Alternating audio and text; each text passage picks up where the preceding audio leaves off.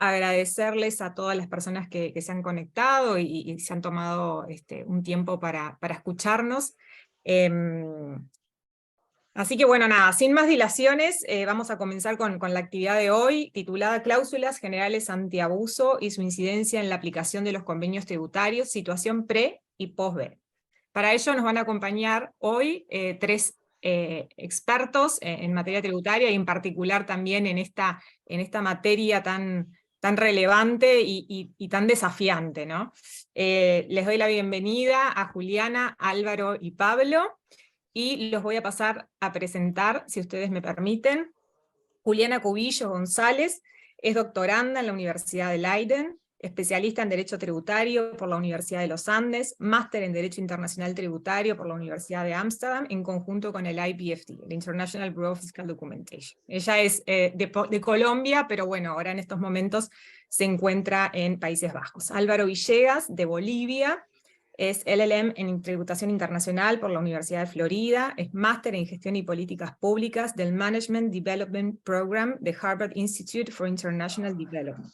Es abogado por la Universidad Católica Boliviana, es profesor de posgrado de la Universidad Andina Simón Bolívar, es socio del estudio Villegas Aldas Sosa. Pablo Preporato, de Argentina, un local, es vocal del Tribunal Fiscal de la Nación, tutor virtual del Centro Interamericano de Administraciones Tributarias, el CIAT, es contador público y licenciado en Administración de Empresas, y ha cursado una maestría internacional y una especialización en tributación. A los asistentes les comento que bueno, ustedes tienen la función del chat para ir planteando sus comentarios a lo largo de la conversación, de modo que, bueno, si yo encuentro oportuna alguna de esas preguntas que van planteando, ya se las puedo formular a los panelistas. En cualquier caso, tengan en cuenta que hacia el final de la conversación vamos a disponer de 15 minutos para que ustedes puedan plantear sus preguntas, sus comentarios, incluso si lo desean, abrir el micrófono. Así que, bueno, un poquito eso, la organización de la jornada. Y para ya comenzar con la conversación propiamente dicha, simplemente permítanme romper el hielo con unas breves palabras de mi parte. Bueno, dijimos que la actividad de hoy se titula Cláusulas Generales Antiabuso, GARS, por sus siglas en inglés, General Anti-Avoidance Rules, y su incidencia en la aplicación de los convenios tributarios. Situación pre- y post-BEPS. Ello hace referencia al tema BEPS, al Plan de Acción BEPS, cuyo desarrollo estuvo liderado por la OCDE, a iniciativa del G20 allá entre los años 2013-2015, y cuya implementación derivó en lo que nosotros bueno, hemos sentido reiteradas veces como marco inclusivo sobre BEPS de la OCDE y el G20. Y efectivamente, ese plan de acción de 15 acciones marca lo que es un antes y un después en materia de abuso tributario, porque él mismo promovió la introducción de un sinnúmero de reglas antiabuso, tanto a nivel doméstico como a nivel convenido. Y en particular, en lo que respecta a la sesión de hoy, destaca lo que es la llamada regla PPT o PPT, una regla basada en el test del propósito principal, bajo la acción 6 de la lucha contra el abuso de los convenios tributarios, y por aplicación de esta regla se pueden negar los beneficios del convenio. Entonces, esta regla, bueno, es de suma relevancia además por cuanto la regla PPT, salvo que, bueno, que las jurisdicciones adopten por alguna otra alternativa que la acción 6 plantea, pero en general la regla PPT forma parte del estándar mínimo de BEPS. Esto es, ese estándar mínimo que queremos decir, es el conjunto de compromisos mínimos que las jurisdicciones que adhieren al marco inclusivo asumen al momento de elegir ser miembros de ese foro. Algunos datos de la región de Latam. Tenemos 55 jurisdicciones, algunas, bueno, no son estatales, digamos, no son estados, pero de estas 55, 31 han adherido a la fecha al marco inclusivo. ¿Ah? Con lo cual, al adherir al marco inclusivo, se comprometen en algún momento a adoptar esta regla de propósito de test de propósito principal.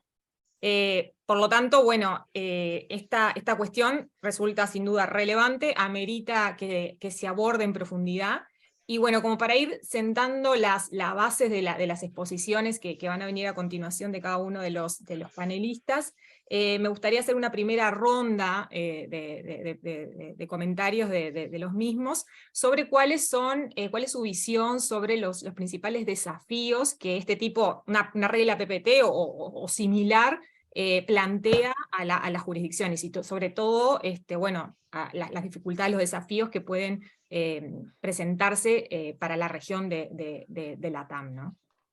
No sé quién se anima a empezar.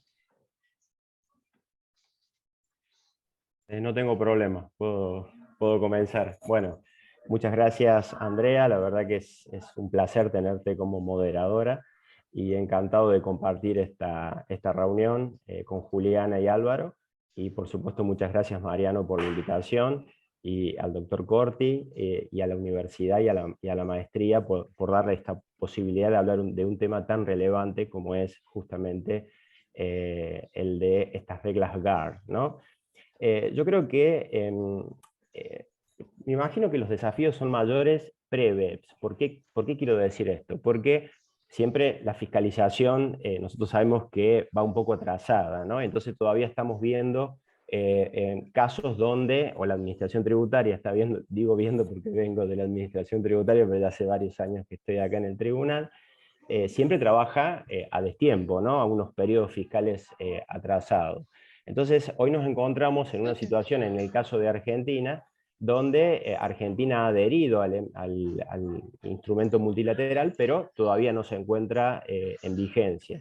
Por ende, tenemos una situación previa de algún tipo de desafío en cuanto a la aplicación de los beneficios del convenio y de la posibilidad de utilizar la GAR interna, que en el caso de Argentina es el principio de realidad económica. Nosotros, por un lado, tenemos un fallo reciente, relativamente reciente, el tiempo pasa rápido, del año 2021, el caso Molinos, donde de alguna manera la Corte ha dado algunos lineamientos.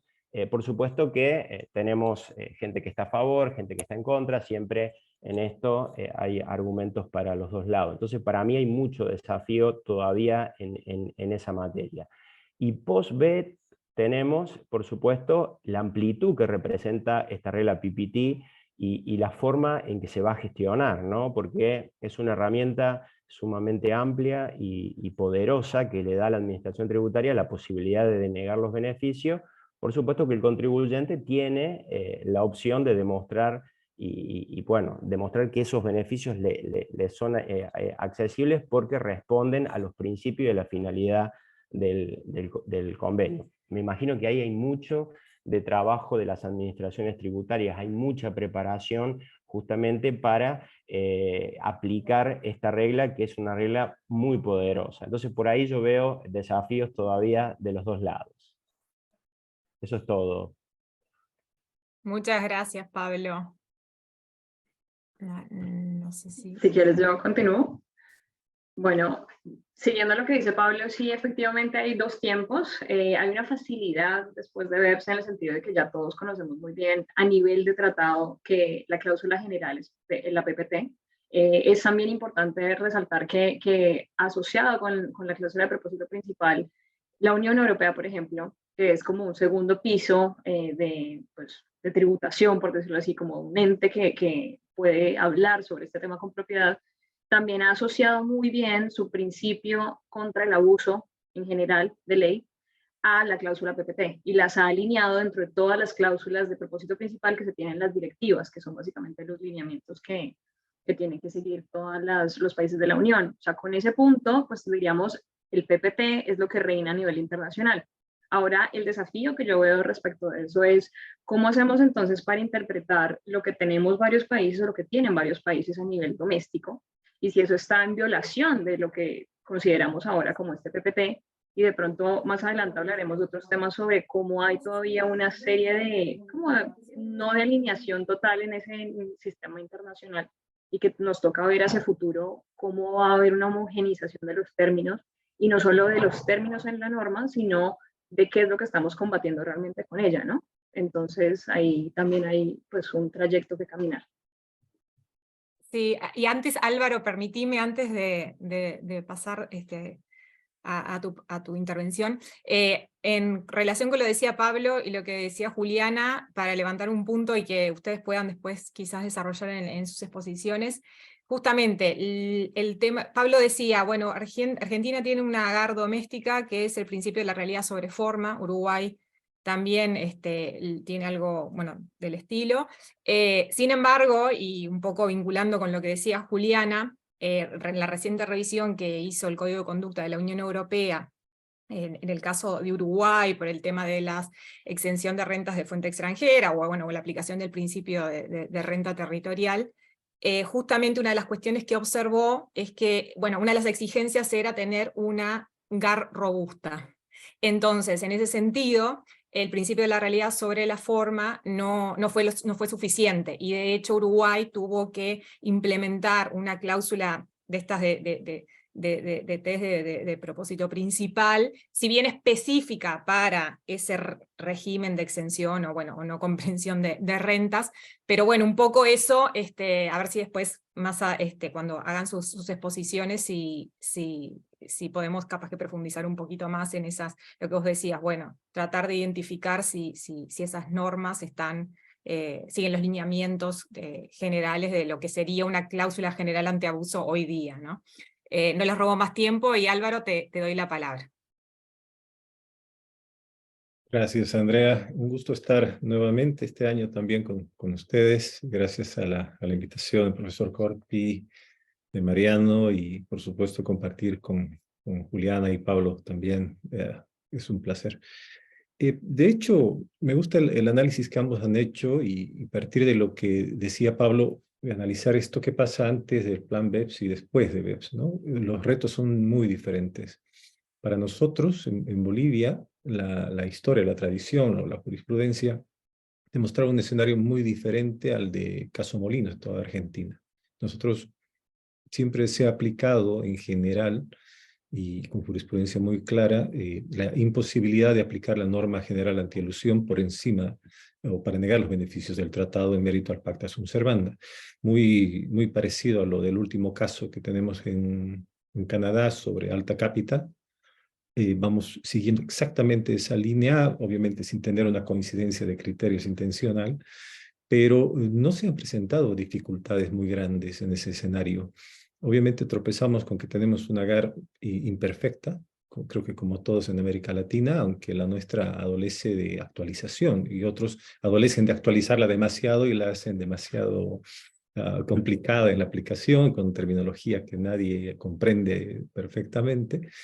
Pero a partir del año 2003 creo que la cosa queda ya un poco, muchísimo más clara, el hecho de permitir aplicar las normas generales antielusión para negar los beneficios del convenio. Pero después del plan de acción BEPS, definitivamente creo que el gran reto de nuestras normas generales antielusión en la compatibilidad con la PPT, con la LOB, tiene básicamente como eje la seguridad jurídica. Es decir, ¿cómo hacemos para poder tener una adecuada compatibilización de la cláusula general con la PPT, garantizando los derechos del contribuyente, que es algo que nos hemos olvidado, se han olvidado y lo han dejado de lado por muchísimo tiempo? Y básicamente esto tiene que ver con que los mecanismos de aplicación de la cláusula general antielusión y los resultados que puede tener son distintos a los de la PPT. Entonces, definitivamente los retos que se van a presentar, producir, todavía no tenemos casos, digamos, como para los cuales podamos decir esto es lo que está pasando, pero si no tenemos procedimientos claros para la aplicación de la PPT, como muchos países tienen para las GAR, si no tenemos normas claras sobre cuál es el análisis preclusivo que se va a hacer en la interpretación, si vamos a poner primero normas específicas antielusión, después podemos ir a la PPT, o primero, ¿qué pasa en la discordancia que se tiene entre la interpretación de los beneficios del convenio versus otros elementos que tocan las cláusulas generales antielusión en los países? Es decir, sí hay muchísimos temas, y no estoy seguro si vamos a poder llegar a una solución de temas, pero seguro que el debate va a ser muy provechoso. Bueno, muchas gracias Álvaro, muchas gracias a los tres por sus reflexiones iniciales, y vamos entonces al espacio de exposiciones. Juliana, comenzamos contigo, si te parece. Juliana, bueno, va a exponernos en general sobre, bueno, la visión, o sea, lo que está pasando a nivel global, quizás enfatizando con alguna jurisdicción en concreto, y después Pablo y Álvaro nos van a exponer más la experiencia de sus respectivas jurisdicciones, Bolivia, Argentina y Bolivia respectivamente. Bueno, Juliana, el micrófono es todo tuyo. Listo, ya, está teniendo problemas para quitarle el mute. Bueno, entonces conmigo van a ver básicamente cuatro grandes puntos, ¿no? O cuatro grandes sectores. Lo digo antes porque como no tengo la presentación, no quiero que se vayan a perder. Entonces vamos a empezar diciendo, bueno, ¿qué es este asunto de la cláusula antiabuso? ¿Por qué? Porque hago la aclaración porque siento que todos tenemos más o menos claro qué es, pero desde el punto de vista de lo que yo he visto o en la investigación que estoy realizando en la Universidad de Leiden, encuentro que la cláusula antiabuso, antes de ser solo una norma, como todos lo estamos viendo desde el punto de vista legal, es más bien como un procedimiento.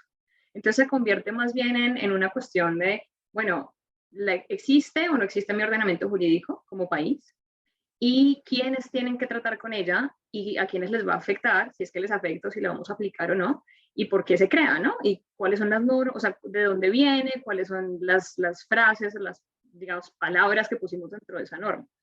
Entonces ahí empezamos con el punto de, bueno, ¿para qué sirve la cláusula general antiabuso? Entonces ahí, desde la región de Latinoamérica, yo como pues practicante en el derecho colombiano hace 4 años, yo veía esto como una cuestión de, bueno, nadie en Colombia quería caer dentro de la cláusula antiabuso, porque todos o sea, el primero el que se le aplicara la cláusula, pues claramente iba a estar en rojo, ¿no? Porque obviamente era el más infractor de todos.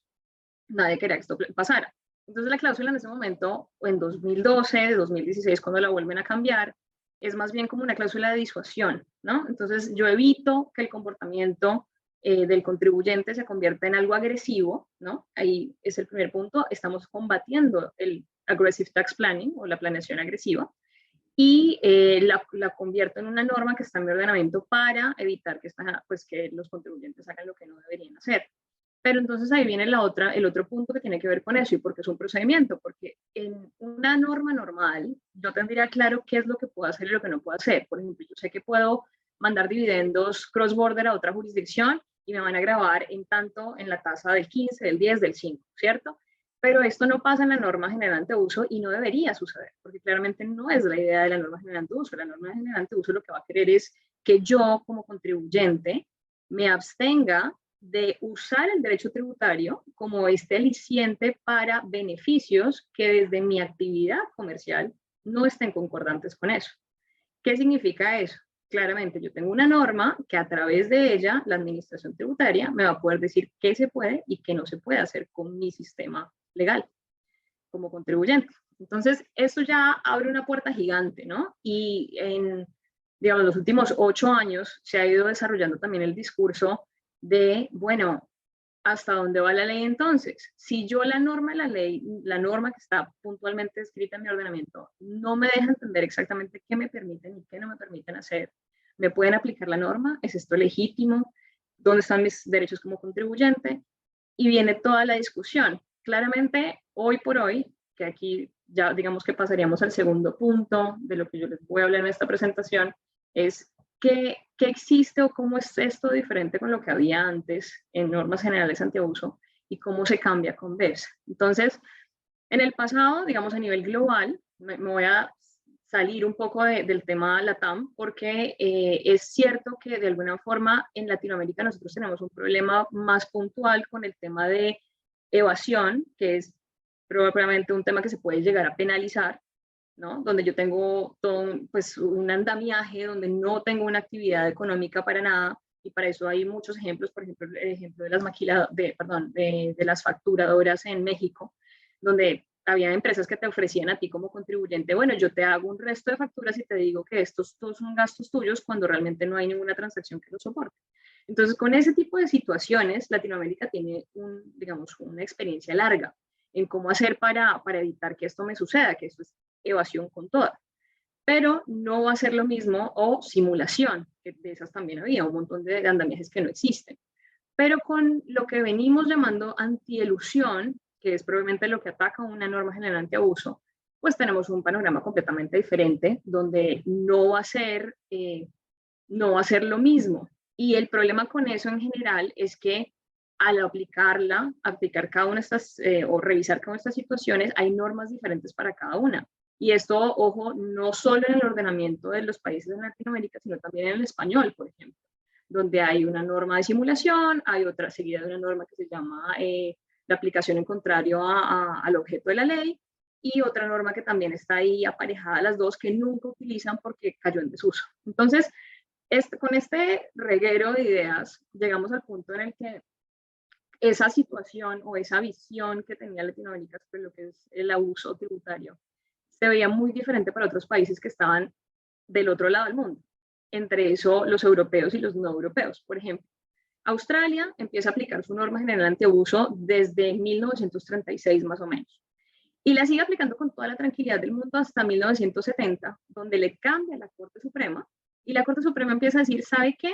No me parece, porque usted lo que quiere hacer es no darle los beneficios al contribuyente, pero el contribuyente tiene que poder confiar en la norma. Y la norma no le obliga a que haga las cosas como usted, administración pública, piensa. Entonces le da prelación a una doctrina, que en ese momento era la doctrina de la opción económica a favor del contribuyente, y empieza a rechazar uno a uno los casos que se llevaban a juicio, ¿no? Entonces, cuando sucede esto, ¿qué pasa con el gobierno australiano? El gobierno australiano dice, bueno, hay que cambiar, hay que crear una norma general antiabuso. Entonces, imagínense ustedes este panorama donde yo digo, listo, estamos en 2023. Australia está aplicando su norma general antiabuso con aciertos y desaciertos desde 1936. Entonces, ya hay como un cambio gigante sobre qué se puede y qué no se puede lograr en esa administración. Y ahí les voy a volver a traer un poco la reflexión que hacía al principio sobre esto no es solo una norma donde yo digo, bueno, es muy fácil y digo propósito principal y defino qué es el propósito principal y luego la aplico. No, esto es una norma en la que yo voy a tener operadores jurídicos a todos los niveles, porque mi legislador es el que me va a crear la norma.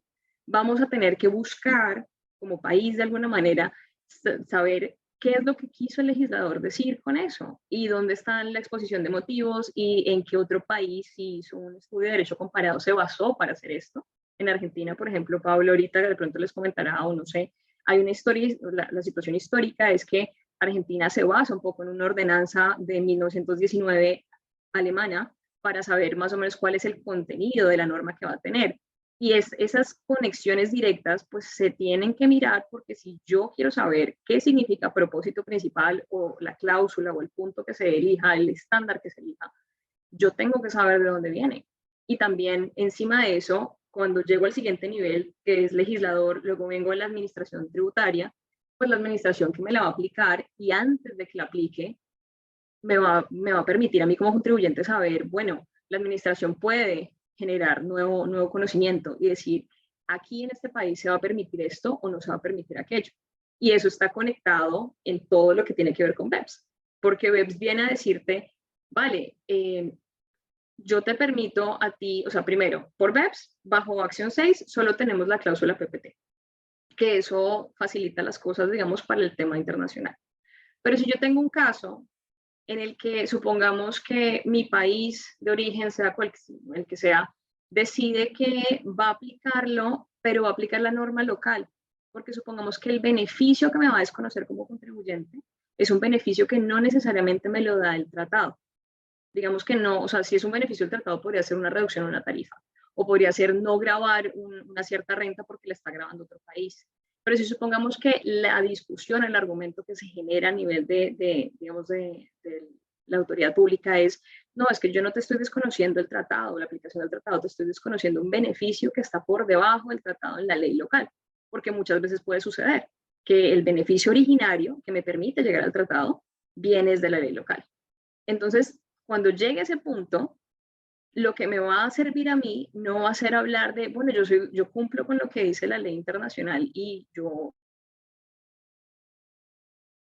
me abstengo o sigo con el pacta sunt servanda. Lo que me va a servir a mí es ver qué es lo que hay a nivel local y doméstico. Y ahí es donde viene todo ese digamos, como esa ida y venida hasta lo histórico y hasta lo legal de saber exactamente qué dice mi norma general de uso. Entonces, estos son desafíos, o este desafío en particular, como esta triangulación, existía antes y existe ahora, aún con BEPS, que es un punto no poco menor, ¿no? Para asociarlo, ¿no?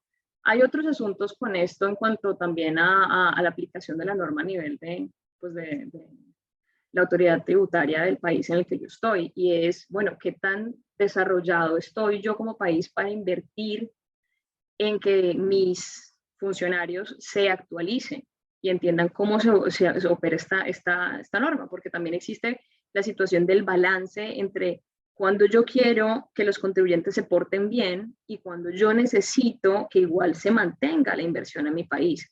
Entonces no puedo soltarle la norma al país y decirles, bueno, ustedes pues luchen a ver cómo llegan a buen puerto. Eso no podría funcionar. Entonces yo necesito también educar, digamos, darles muchas herramientas para que entiendan cómo se debe aplicar la norma.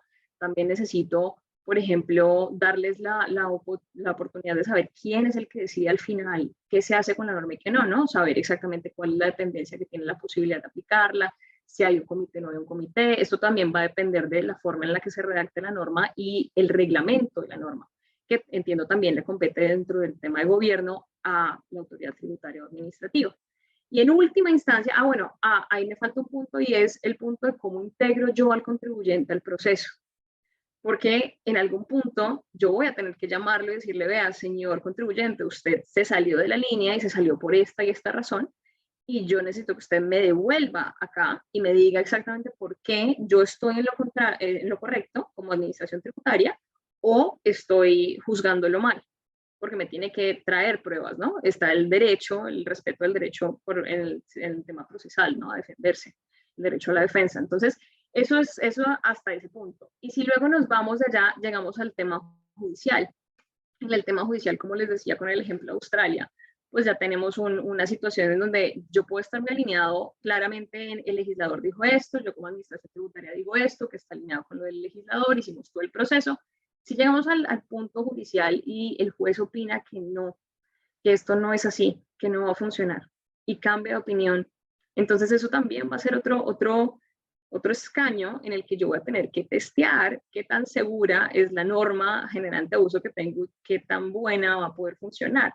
Esto, pues sigo como una corriente entre internacional, nacional, internacional, nacional, y todas se tocan de alguna manera, porque dependiendo de qué beneficio voy a respetar o estoy intentando utilizar la norma para respetar, voy a saber en qué instancia estoy.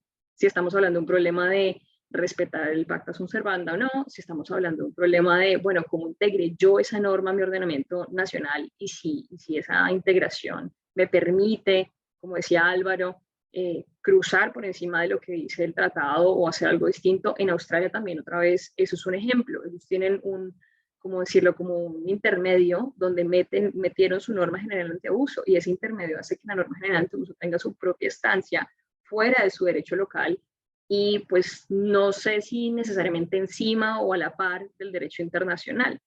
Si nos vamos a otro ejemplo, por ejemplo, podríamos ir a Canadá. En Canadá también, con el tema de los jueces, está ese asunto, el asunto de la Corte canadiense en algún punto le rechaza a la administración tributaria consecutivamente otra vez el tema de utilizar la simulación o la doctrina del sham, que es como una farsa o una simulación, para desmantelar los negocios que se supone que no debían ser, no se les debía otorgar beneficios tributarios. Entonces, eso cambia de acuerdo a las cortes. Cuando te cambia la corte, la composición de la corte, la ambición del país también puede cambiar mucho. Y eso es otro punto también a considerar. Entonces, con todo lo que, digamos, con todo este paisaje atroz que les estoy pintando, no quiero que se sientan como que no hay una salida, ¿verdad? Pero lo que sí quiero es que de alguna manera veamos que de pronto las discusiones que hay en torno a una norma general antiabuso pues van más allá de la simple definición de los términos, ¿no? Que a veces se puede hacer y que es muy factible de hacerse, y que hay administraciones y hay casos positivos, ¿no? Por ejemplo, el caso francés es un caso positivo, donde ellos crean, dentro de la norma meten una opción de hablar con un tribunal, ¿no?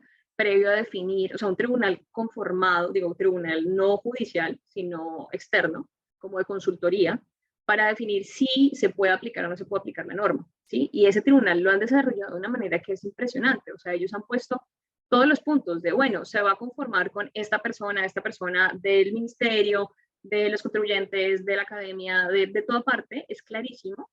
Y si no pueden esas personas asistir, que es normalmente uno de los principales temas de nuestros cuerpos colegiados, entonces esta otra persona o otra persona del ministerio de no sé dónde va a reemplazarlo.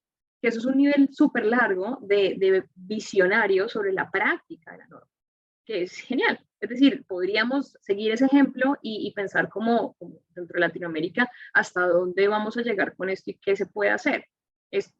La visión la comparto de alguna manera pensando en, hay muchas herramientas, se pueden llegar a acuerdos, hablar entre los tres niveles, ¿no? Legal, o sea, legislador, administración pública, pues, para ver cómo se va a trazar el derrotero y cómo vamos a mirar cómo se aplica, ¿no? Claramente es una labor titánica, esto va de entrada, tiene un problema con los costos en general, porque en Latinoamérica también tenemos un problema de costos, ¿no? De cómo financiar toda esta proeza.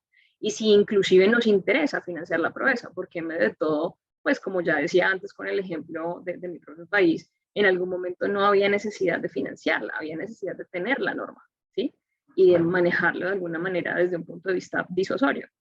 Entonces, digamos que al punto en que estamos ahora y con BEPS seguimos teniendo un poco los mismos desafíos que se tenían en el pasado, un poco atenuados desde el punto de vista de que ya es casi que un tema en el que estamos todos los países a nivel pues, de foro inclusivo, metidos y pues, comprometidos con él. Uno de los beneficios también que está ahí es el tema del MLI, que bueno, con el instrumento multilateral ya tenemos la situación de todos nos hemos comprometido con esta misma norma y de alguna forma también tenerla a ese nivel y tenerla como compromiso internacional empuja a que el compromiso sea alineado con lo que hay a nivel local, con la norma que tengo a nivel local, porque la disparidad también me va a causar fricciones, sobre todo con el contribuyente, con el tema de la certeza, con la litigiosidad, todo eso es incremento de costos, ¿no? No son costos directos de yo digamos, como ente estatal,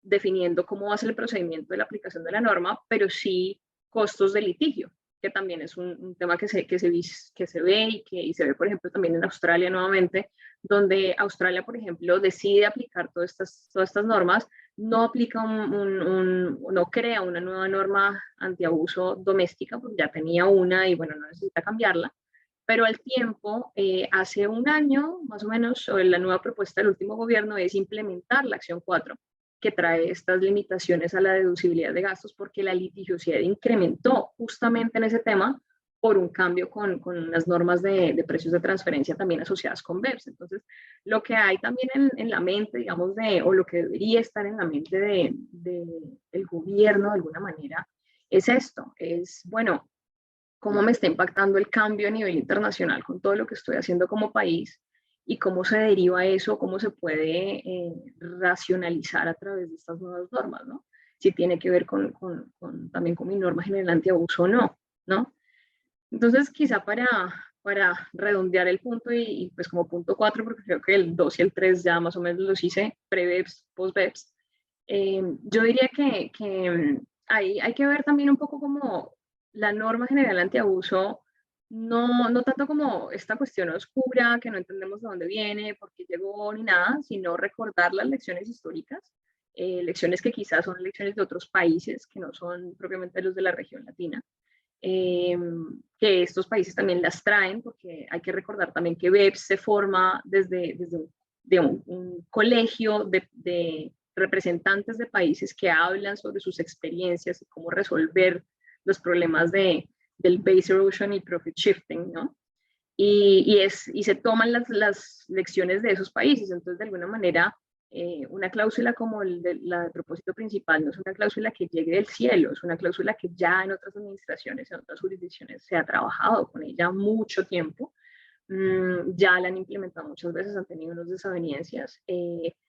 También tenemos otra situación y es con conciliar los términos dentro de una cláusula como la principal, digo conciliar aquí entre comillas, es porque no todos tenemos claro cómo se interpreta, o sea, cómo se interpreta solamente el tema de propósito principal y si es más fuerte o menos fuerte que hablar, por ejemplo, de un fraude de ley, ¿no? Y eso es importante y es problemático de alguna manera porque eso va a dar nuevamente una multiplicidad de opciones. Entonces, lo que decía Pablo sobre los fallos que hay en Argentina y cómo eso hace espejo con los fallos en Canadá recientes, porque están en posiciones opuestas y de pronto también, como decía Álvaro, con Bolivia, que Bolivia podría seguir más a Canadá que a Argentina, pues tiene también un impacto en el que volvemos a tener como esa bola de nieve donde hay mayor inseguridad, porque la seguridad que estamos poniendo a nivel de crear normas a nivel local o a nivel internacional, con un sentido de alinear los sistemas,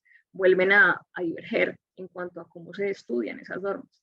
Entonces ese es como el punto a considerar de alguna forma, como que si pudiéramos ver la lección y adelantarnos a ella cuando estemos implementando las normas, cuando estemos haciendo todo este esfuerzo que nos cuesta tanto como región, sería positivo llegar a un punto en el que, digamos, no vamos a hacerlo todo perfecto desde el principio, pero por lo menos ya no vamos a ir a este terreno sin saber a lo que nos enfrentamos. Y es quizá, bueno, en general lo que tendría por decirles. Muchísimas gracias, Juliana. La verdad que muy buena tu reflexión.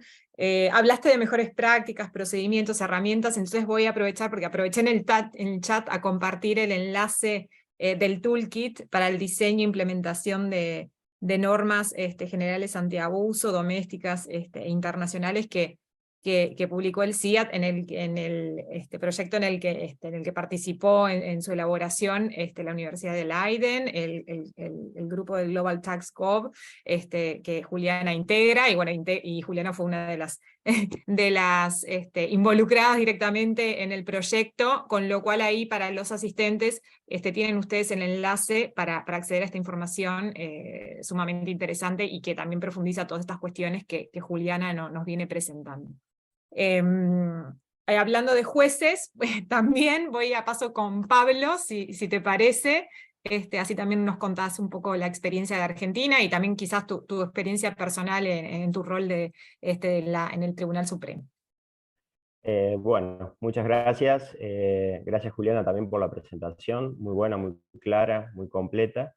Por ahí voy a tomar algunas cuestiones que me parece importante y que surgen de la propia presentación que nos compartió Juliana, y es que cuando nosotros estamos diseñando este tipo de medidas y cuando las estamos gestionando, porque es tan importante el diseño, lo que dice la norma y cómo lo aplicamos realmente, y esto de los comités y de la seguridad jurídica que tiene que tener y de los 3 niveles que comentabas vos recién, acá es importante tener en claro que lo que pretende esta norma es evitar la elusión artificiosa, ¿no? Lo que buscamos es que los contribuyentes no eviten de manera artificiosa un hecho imponible, ¿no? De ahí viene el término justamente abundancia, ¿no? De evitar el hecho imponible. Pero acá tenemos el límite que tiene que tener esta regla, y es que no se pueden crear nuevos hechos imponibles. O sea, esto no puede significar de alguna manera violar el el principio de legalidad, el principio de seguridad jurídica, el principio de capacidad contributiva, con lo cual es un desafío también para las administraciones tributarias, como lo decía también al principio, en cómo llevan a la práctica este tipo de medidas, porque tampoco pueden menoscabar el principio de autonomía de voluntad de la parte y las libertades que tienen de emprender negocios y lo que se conoce como economía de opción, ¿no? Que también es una práctica legítima en la medida, por supuesto, que no implique alguna artificiosidad, ¿sí? Ahí nosotros recordamos ya en el año 35 unas sentencias de la Corte Suprema de los Estados Unidos, un caso Helbering, no sé si lo han escuchado, Helbering, y hubo otro caso del Duque de Westminster en Reino Unido. Y estas jurisprudencias son interesantes porque de alguna forma dan a entender que nadie está obligado a pagar más de lo que, de lo que la ley prevé, ¿no? Y de ninguna manera, y que tienen todo el derecho también de poder buscar la manera de pagar lo menos posible, ¿no? Entonces eso también significa de alguna forma tenerlo en cuenta, por más que sea jurisprudencia muy vieja, de que el contribuyente también tiene el derecho a buscar la manera, o sea, tiene que pagar lo justo, pero nada implica que, o no es castigable por el solo hecho de buscar una economía de opción legítima, ¿no? Legítima, y bueno, ahí entramos en un terreno bastante complicado porque tenemos que decir, bueno, hasta dónde llega una economía de opción y dónde empezamos a hablar de una práctica abusiva, ¿no? E introducimos lo artificioso, lo impropio, y ahora la regla PPT, que es un poco mucho más amplia, nos habla ya de los propósitos principales, ni siquiera que sea el propósito principal, ¿no? Uno de los propósitos principales tiene que ser el beneficio tributario, con lo cual es para mí un gran desafío, principalmente para las administraciones tributarias de la región, que son administraciones tributarias que tenemos menos experiencias en este campo, ¿no? Porque nos toca el trabajo de tener que buscar, o sea, analizar los esquemas que implementen los contribuyentes y ver los principios, en el caso de que se elija la PPT, que va a ser la regla que en general van a elegir los países, y es una tarea bastante ardua, y por eso un poco también resalto lo que comentaba Juliana, el hecho de poder contar con comité que aprueben, comité ya no hablando de la instancia judicial que va a llegar cuando tenga que llegar, sino la posibilidad de que haya comité que aprueben, que se avance con la implementación de una medida GAR, ¿no? Que una fiscalización frente a una situación pueda plantear a este comité la posibilidad de aplicar una GAR, y acá lo importante es la integración también del comité, ¿no? Porque yo conozco países donde el comité está integrado por funcionarios de la propia administración tributaria, con lo cual también no deja de tener cierto sesgo en términos de la definición que se va a tomar. Por eso me gusta alguna experiencia que integra la administración tributaria o Hacienda, que integra la industria representativa y que también integra la academia, ¿no? Para que de esta manera el poder darle el ok o no para que se pueda avanzar esté de alguna manera ya influenciado por la visión de todos los interesados, no solo de la administración tributaria.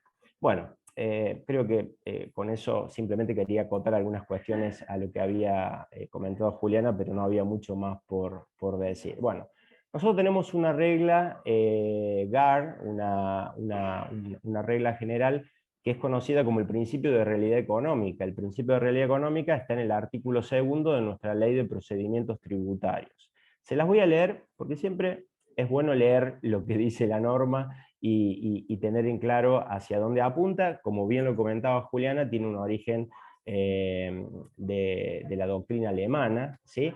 Aunque algunos autores hablan de una atenuación, que no es una implementación en el sentido textual de la experiencia alemana. Pero, ¿qué dice el artículo 2 de nuestra Ley de Procedimientos Tributarios? Dice lo siguiente, que para determinar la verdadera naturaleza del hecho se atenderá a los actos, situaciones y relaciones económicas que efectivamente realicen, persigan o establezcan los contribuyentes, ¿no?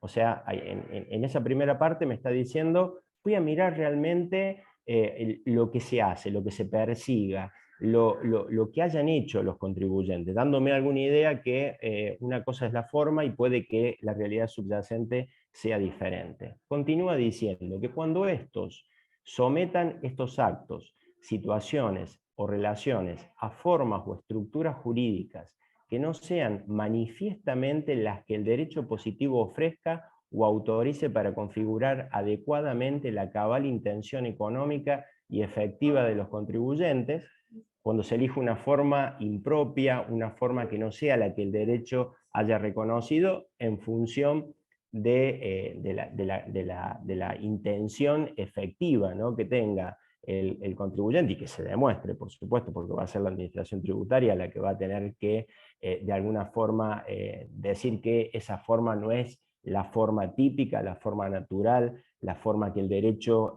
reconoce para lo que el contribuyente ha implementado.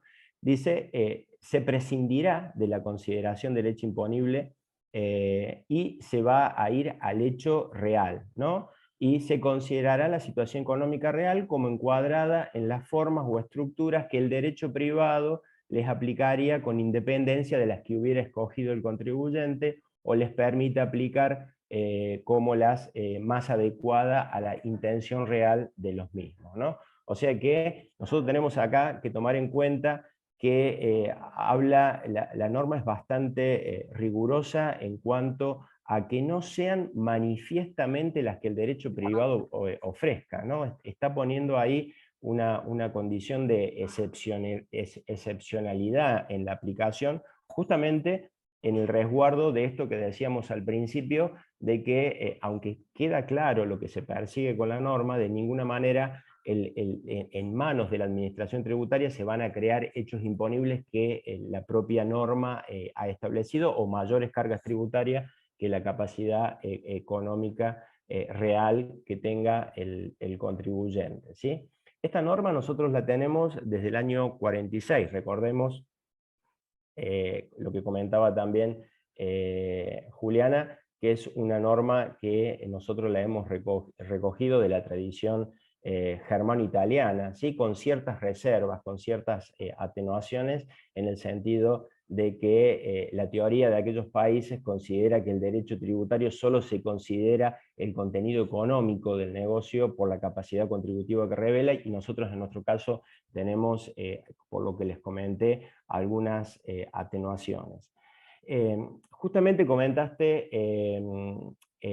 Andrea, y bueno, Juliana también participó, este libro, este kit que armó CIAT de herramientas para el diseño e implementación de las normas generales antiabuso. Y hay un apartado, para mí, de lo más interesante, por supuesto que todo el documento es sumamente interesante, práctico. La verdad que los invito a revisarlo, porque tiene cuadros y esquemas que resumen de manera clara la situación.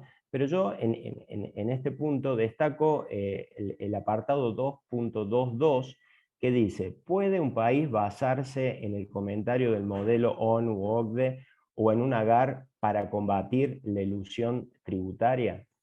Y la verdad que es, para mí, en lo que hace a la charla que hoy tenemos, me viene como anillo al dedo, ¿no? Porque justamente lo que dice ahí es que hay un antes y un después, y ese antes y ese después lo marca el año 2003 en el modelo de la OCDE, y creo que fue 2011 en el modelo de ONU, donde se establece este principio rector en el artículo primero, que este principio rector, con alguna diferencia en la redacción, es muy parecida a la redacción de la regla PPT, ¿sí? Con lo cual se puede llegar a entender que con posterioridad al año 2003, ya tenemos la posibilidad, a partir de este criterio, de este principio rector, de aplicar una agar doméstica, ¿no? En el sentido de que haya cierta coordinación o consistencia entre ese principio rector y el agar doméstica, porque si la agar doméstica por ahí es mucho más amplia, ahí podríamos llegar a tener un ruido, ¿no? Y de manera previa, lo que decían los comentarios de la OCDE era de que en principio se podría llegar a aplicar en la medida que hubiera una norma que en el propio convenio que habilitara la aplicación del agar, ¿no? Como resguardo. Por supuesto que después podemos entrar en cuestiones que tienen que ver con el análisis dinámico y la aplicación retroactiva, pero bueno, esa sería otra situación. Me parece que el manual de CIAT en este punto es claro en este aspecto previo a lo que es BEPS, Y con posterioridad a BEPS, obviamente que la situación es mucho más clara, en el sentido de que tenemos una norma, un artículo 29 en el modelo de convenio que antes no teníamos, un estándar mínimo que surge, como comentaba Andrea, de la acción 6, que justamente le da la opción a los países de elegir una de las alternativas, aunque claramente la OCDE me está diciendo elegí PPT, ¿no? Porque la primera es PPT o creo que es LOB más una regla anticonducto, o PPT más una LOB simplificada, ¿no? Pero en definitiva nosotros, por lo que estamos viendo, los países, quizás por una cuestión también de atracción de inversiones y de limitaciones que puede implicar una regla LOB, una regla que tiene un origen claro en los Estados Unidos, de ahí se tomó principalmente su redacción y la experiencia, pero la mayoría de los países va, y creo que la OCDE lo que nos permite, o lo que pone en evidencia es que está diciendo elijan la regla PPT, ¿no? Esta es una regla, como les decía, que pone en manos de la administración tributaria el esfuerzo de tener que demostrar que realmente uno de los propósitos principales, porque no tiene que ser el principal, con que sea uno, es el tributario, y con eso en principio se podría llegar a desconocer un beneficio tributario.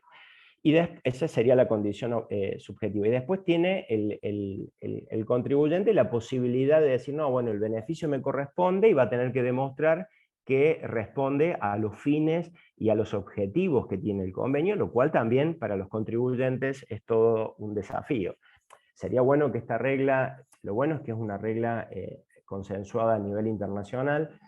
Lo malo es que cada país es soberano, y por supuesto que la justicia de cada país va a definir el alcance que se le va a terminar dando a esta normativa. La jurisprudencia que hoy tenemos, que no es una jurisprudencia uniforme, por todo lo que nosotros comentamos, y no solo en estos dos casos que se dieron en el 2021, en Molinos y el caso de Alta Energy en Canadá, sino que también tenemos, si uno busca jurisprudencia, hay jurisprudencia, de hecho en el caso Alta Energy, que involucra justamente el convenio entre Canadá y Luxemburgo, hay un caso Verdanet, que es francés, y justamente ahí la jurisprudencia, los jueces fallaron a favor en una situación y con una cláusula muy parecida a esta que permitía a Luxemburgo grabar y que se dejara de grabar en Canadá, como sucedió en Alta Energy, o en Francia, como sucedió con este señor Verdanet y una venta de unas tierras a través de la participación en unas sociedades que eran las titulares. Pero fíjense que la jurisprudencia entre los países, y por supuesto es la libertad que tiene cada país como soberano de definir como intérprete último la situación, cómo queda definida. Y por supuesto, como comentaba también Juliana, los jueces van cambiando, ¿no? Nosotros en Argentina tenemos el caso del caso Molino, ¿no? Que fue un caso muy esperado en términos de que es la primera jurisprudencia que de alguna forma aborda el tema del treaty shopping y este tema de poder aplicar la GAR doméstica, que era justamente el principio de realidad económica, para poder llegar a partir de la aplicación de este principio y considerar que la empresa, la sociedad plataforma chilena no tenía sustancia, poder decir que se estaba produciendo un abuso de convenio, en un convenio muy particular también, que era un convenio basado en el modelo que podemos llegar a decir de la Comunidad Andina de Naciones, porque era un modelo fuente, pero bueno, digamos, en ese caso la justicia definió que, bueno, que se aplicaba el principio, que estaba bien aplicado el principio de realidad económica por parte del fisco, y que de alguna manera se estaba produciendo un abuso producto de la interposición de esa sociedad que no tenía razón de negocio, ¿no? Por más que la empresa, y por supuesto también lo receptó la minoría en el fallo había argumentado que sí había un propósito de negocio y era justamente expandir su red de negocio a otros países. No eran los únicos países, Uruguay y Perú, ¿no? Que eran los países de donde venían los dividendos. De todas maneras, nosotros tenemos un fallo previo, lo anoté acá porque me lo olvido, Pirelli del año 2017, y un poco son diferentes, pero sirve, en este caso, a partir de la supremacía de los convenios respecto de la legislación interna, se le dio la razón al contribuyente. Este era un caso particular, era el convenio con Italia, y había una cuestión de deducción de regalías de una empresa argentina me parece que era la Casa Central en Italia, y justamente lo que había era que internamente teníamos una norma que decía que para poder deducir esa regalía tenía que estar registrado en el Instituto Nacional de Propiedad Intelectual. Y el convenio ese lo que preveía era una cláusula de no discriminación, una cláusula que decía no me pueden establecer como requisito de deducibilidad mayores condiciones que las que le imponen a un sujeto residente. Bueno, justamente la Corte en ese caso le dio la razón al contribuyente, dijo sí, hay una norma superior que está por sobre la legislación del país, que en ese caso era esta norma que establecía este condicionamiento para la deducibilidad. Y aunque los casos son diferentes, porque yo creo que el caso Molinos es diferente porque acá lo que se aplica es la norma antielusiva, es una norma instrumental, como comentaba Juliana, no es una norma que dice corresponde o no corresponde, ¿no? Es una norma que da la posibilidad de evaluar los hechos, ¿no? Y en este caso, la Administración Tributaria, a partir de la evaluación de los hechos, consideró que la sociedad plataforma era una sociedad que no tenía sustancia, y de ahí se desconoció justamente, se desconocieron los beneficios del convenio. Por supuesto que acá tenemos voces a favor, voces en contra, ¿no? Las voces en contra, y que un poco están representados en el fallo, en la opinión de la minoría, en el caso, y en el dictamen de la Procuradora, que también, recordemos que cómo fue el derrotero de Molinos, ¿no? Determina administración, Tribunal Fiscal confirma, Cámara confirma criterio, dictamen de la Procuradora en contra, o sea, a favor del contribuyente, y la Corte al final termina dándole desoye el dictamen de la Procuradora y le termina dando la razón al fisco, ¿no? Y bueno, ahí escuchamos voces del otro lado que hacen a que no se respetó el principio pacta sunt servanda, que no se respetó el principio de la supremacía justamente de los convenios respecto de la legislación nacional, ¿sí? Yo considero en ese sentido que está respetado la supremacía. Lo que pasa es que los fiscos tienen la posibilidad de evaluar la realidad de los hechos, ¿no?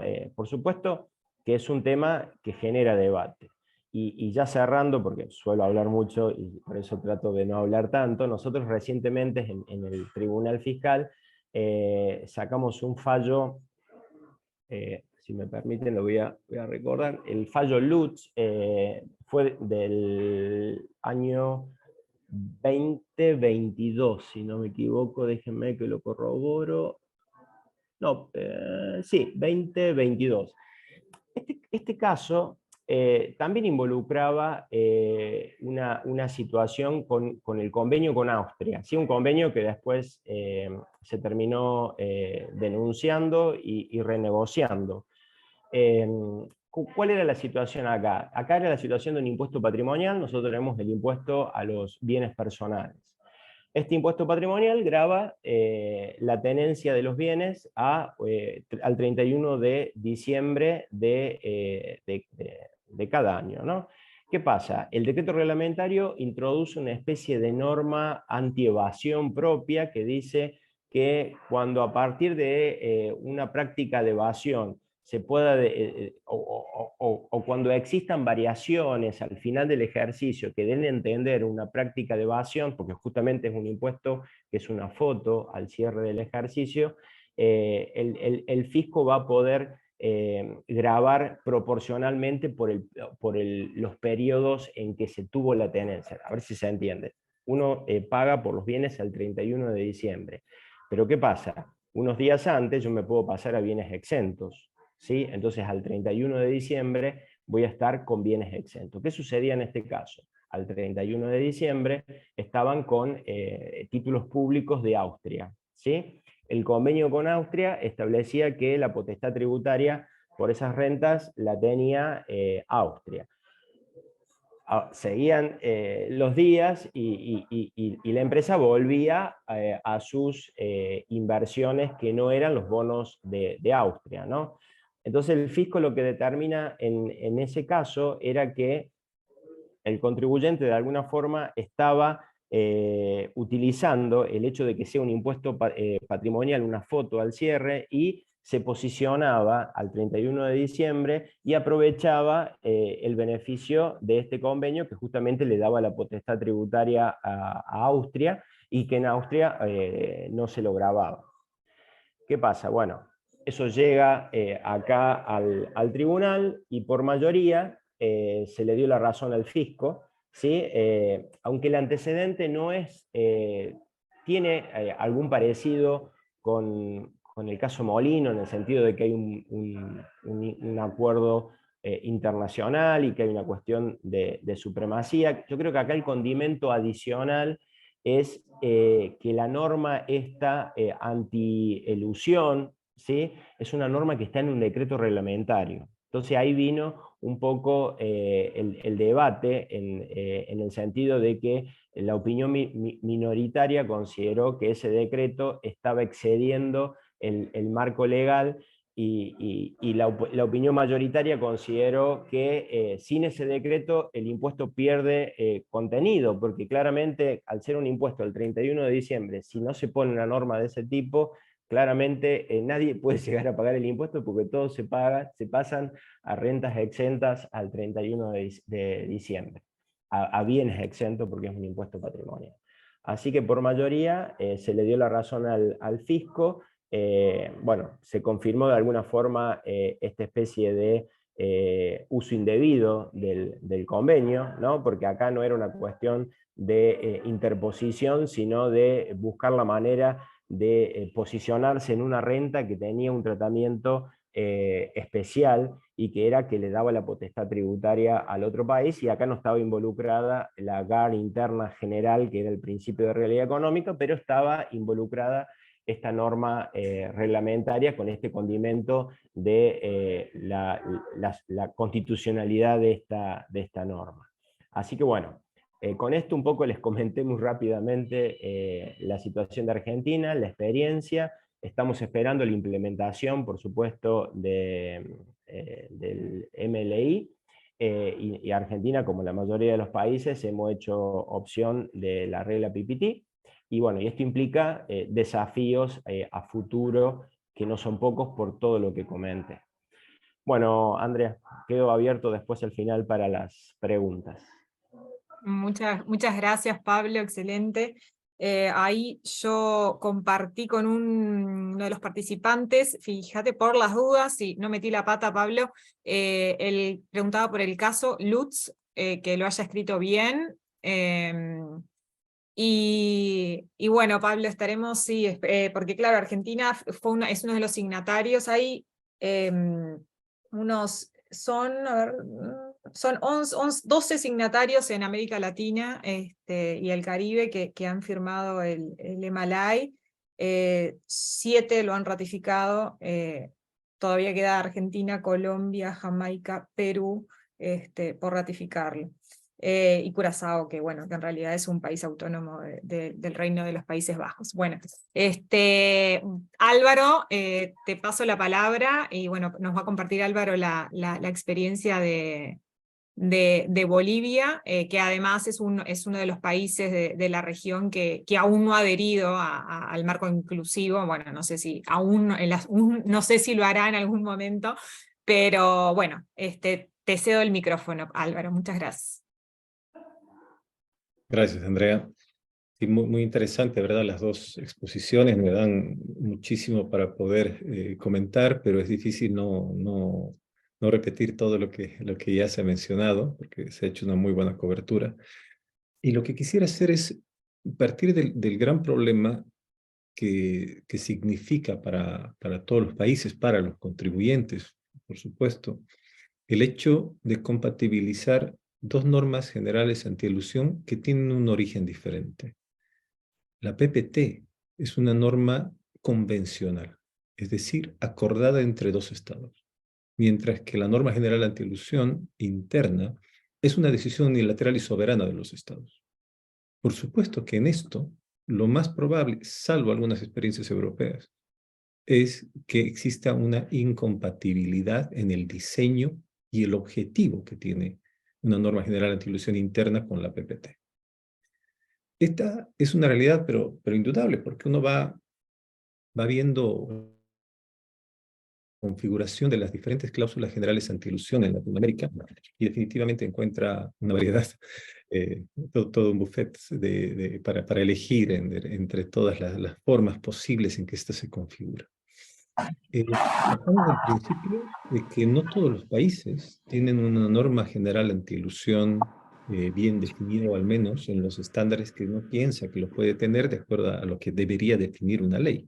Por ejemplo, en el caso ecuatoriano, que es un caso que conozco, lo he venido estudiando de alguna manera, el desarrollo de la cláusula general antielusión ha sido por vía de jurisprudencia, más allá del diseño que ya tenían establecido, y se basa en un concepto de sustancia sobre la forma que es diferente al principio de realidad económica.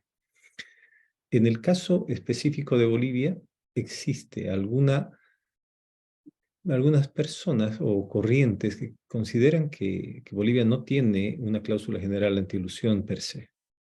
Y no son pocos, tal vez no, además es de gente que definitivamente son profesionales extranjeros, por lo general, que tienen muy buen criterio. Pero para aclarar ese punto, porque genera confusión el hecho de saber si tenemos o no una norma general antielusión en ese sentido, es importante ver, por ejemplo, el kit que Andrea nos pasó sobre el SIAT, y evidentemente reconoce que Bolivia tiene una cláusula general antielusión desde el año 2003, con la reforma que hubo. A partir de eso uno puede comenzar a analizar qué tipo de norma general antielusión es y si cumple con los estándares internacionales. Yo les diría, cumple con lo mínimo que se podría necesitar. ¿Es perfectible? Por supuesto. No adolece de ese exceso de regulación, porque es del 2003, pero tiene algunos elementos importantes. Básicamente, esta cláusula general antielusión es una combinación, lo podemos llamar así, de principio de realidad económica con la simulación. Funcionan juntas. Y funcionan juntas porque es normal que tengamos determinados conceptos en diferentes países que vayan a fijar diferencias o particularidades propias de cada régimen. Obviamente la simulación, como ustedes saben, que ha sido muy utilizada en España, por ejemplo, para cuestionar precisamente los casos más conocidos sobre rentas de artistas y deportistas, tiene una misión muy limitada, ¿no? Que es precisamente desconocer la estructura jurídica aparente frente a la real. Pero ahí se queda. Con simulación no hacemos más. Pero si está complementado con el principio de realidad económica, precisamente se da esa función que se comentaba largamente acerca de poder entender que se tiene una cláusula general antielusiva en ese sentido. Fíjense la complejidad solamente con lo que les acabo de comentar, de poder entender cómo un ordenamiento jurídico puede tener diferentes formas de configuraciones, mientras que la PPT es una cláusula estándar.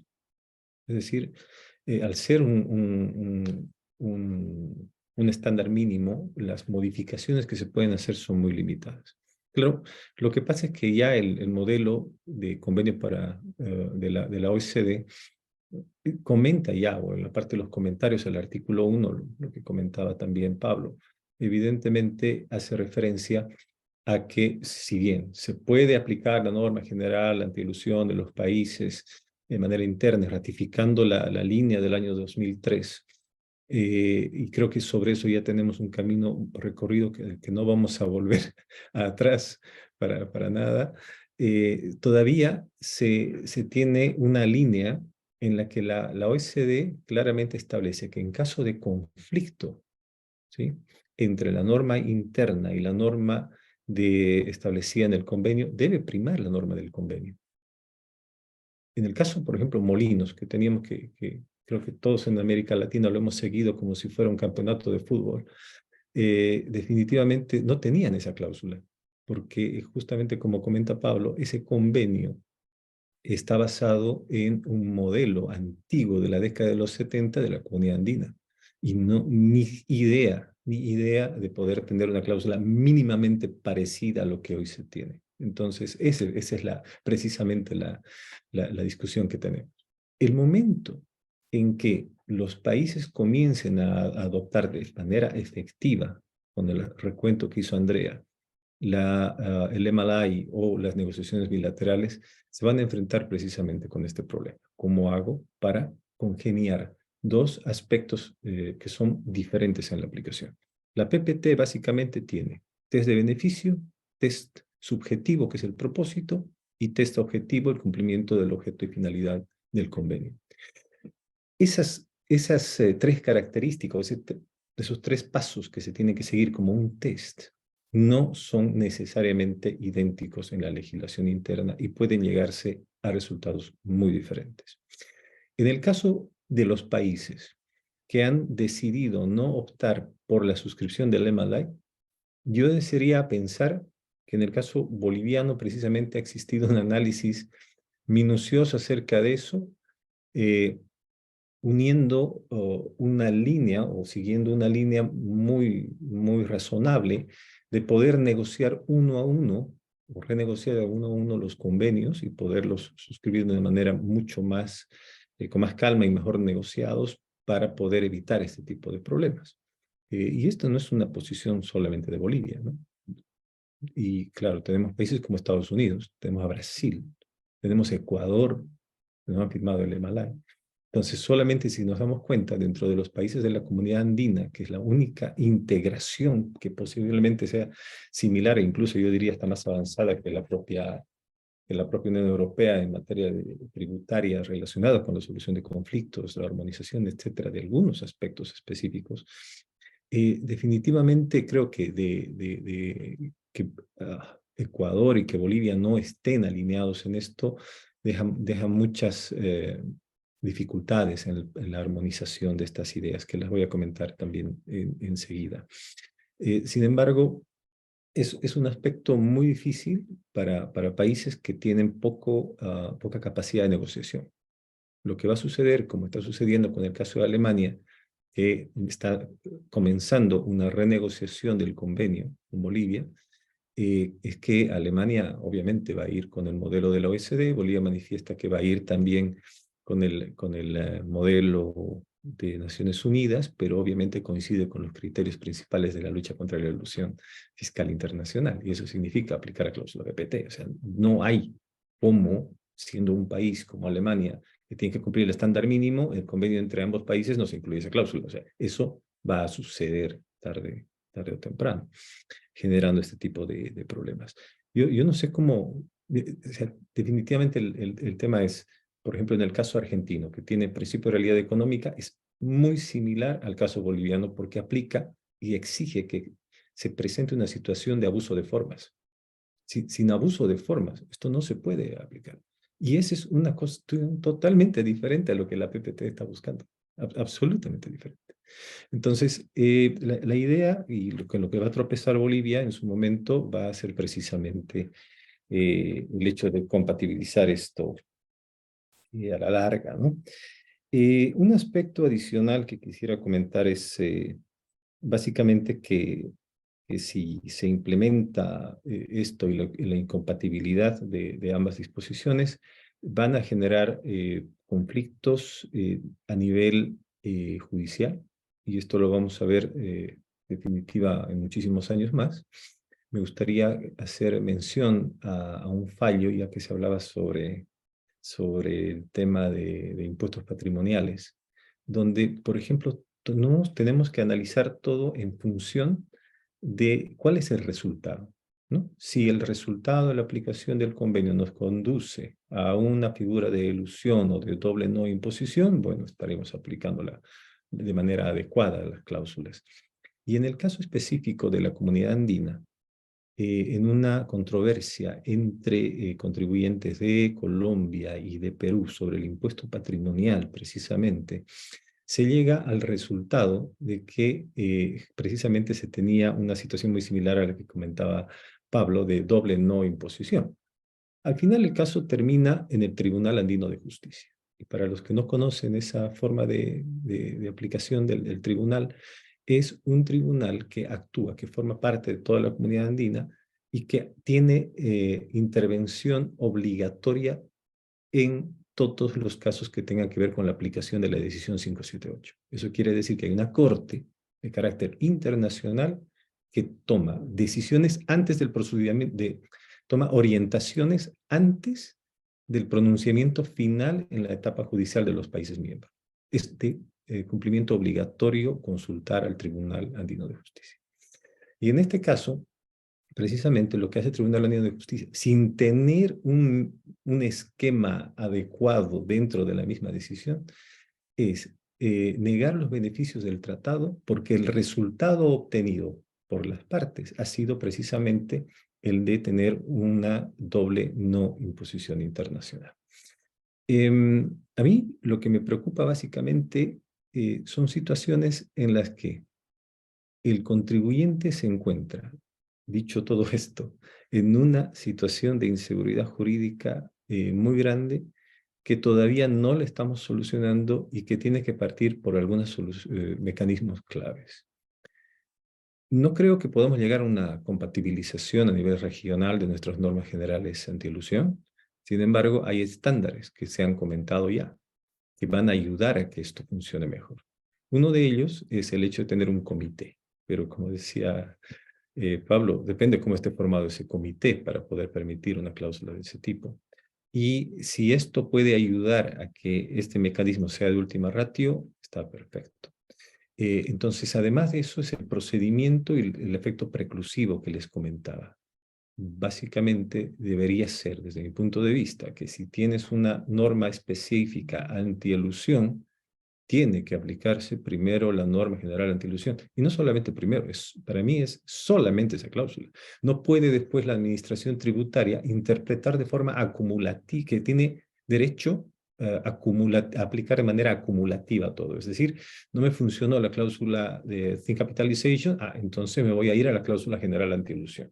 Y de ahí, pues, si no me resulta porque es muy general, puedo intentar irme a una PPT, por darles simplemente un ejemplo.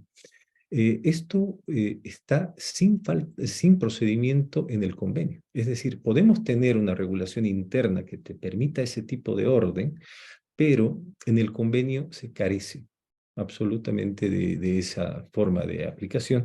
Es uno de los principales llamados de atención. Es decir, en realidad, todo lo que el MLI prevé es suficiente para evitar este tipo de controversias. Definitivamente creo que no, que los problemas van a ser muchísimo más grandes cada vez en ese sentido. Así que, bueno, con esto, Andrea, muchas gracias por el tiempo y termina mi exposición. Por favor, Álvaro, muchas gracias a ti. Justo ahora les voy a copiar en el chat, perdón, el enlace al reporte del peer review de la acción 6, que bueno, ahí muestran un estado de, el secretario de la OCDE lo arma en base a los cuestionarios que son respondidos por las distintas jurisdicciones, donde cada uno detalla el estado de situación de sus convenios. si cumplen el estándar en materia de abuso de tratados, y justamente a raíz de lo que hablaba Álvaro, Perú y Colombia, justamente, allí en esos cuestionarios responden de que, están en renegociaciones de la decisión 578 justamente para cumplir el estándar mínimo. Ahora se los pongo en el chat. Y ya terminamos entonces con la fase de exposiciones de cada uno de los panelistas, y me gustaría, estamos bien porque estamos justito, mira, puntualidad total, porque nos quedan 25 minutos, así que tenemos unos 10-15 minutos para que cada uno de ustedes puedan compartir la reflexión final o alguna sugerencia a futuro sobre estos temas, que ya vemos que es bastante variopinta la situación en la región en cuanto a el tema de las cláusulas generales antiabuso. Y después recuerden, hay algunos asistentes que ya han incluido sus comentarios en el chat. También vamos a disponer de unos 15 minutos al final para que ustedes puedan abrir el micrófono y realizarles directamente las consultas o comentarios, compartirlos con los panelistas. Bueno, ¿quién es el valiente de los tres que comienza con la reflexión final?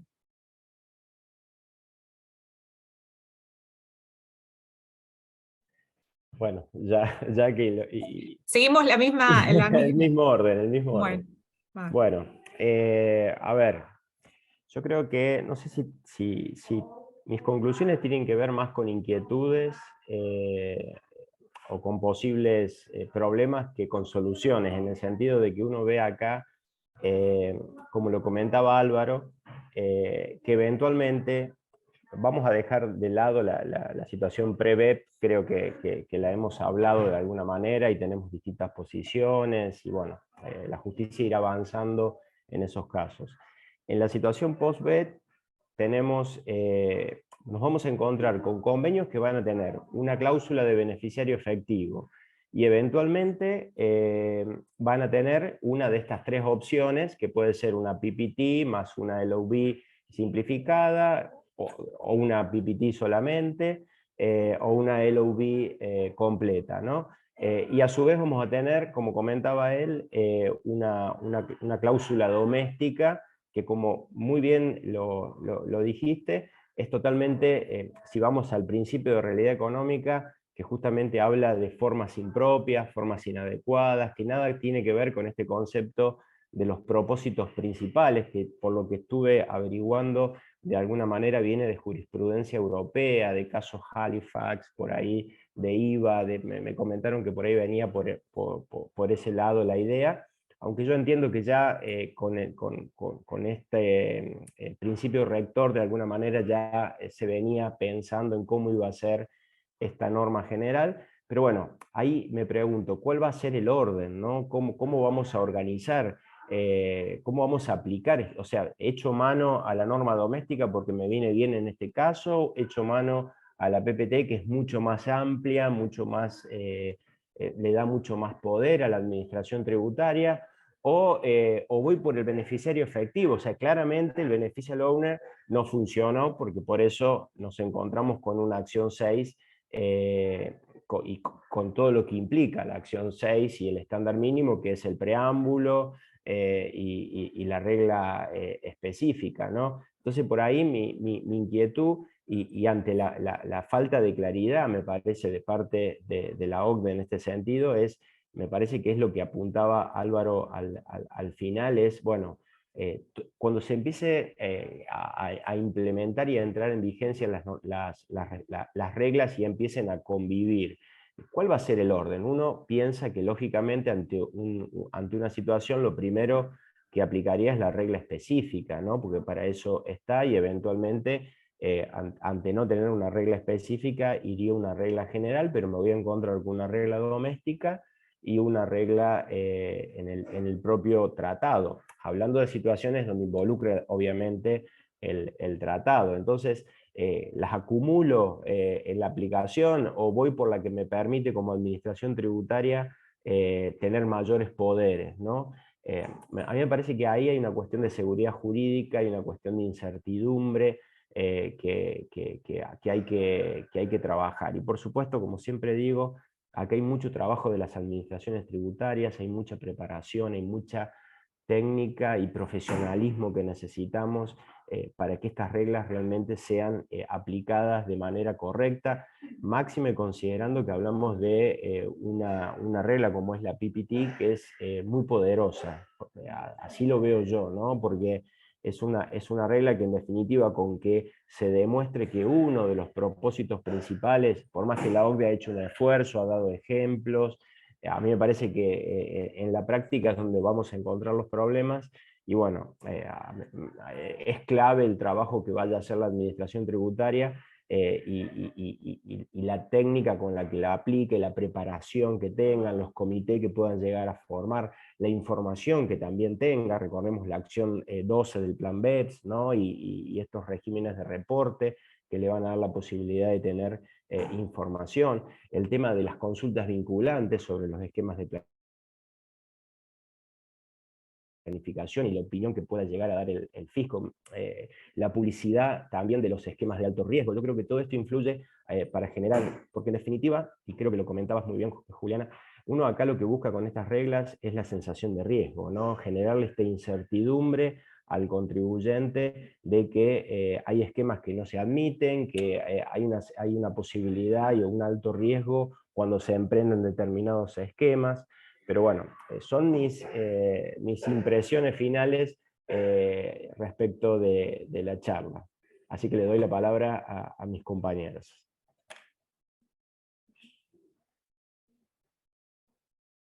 Estás muteada, Juliana.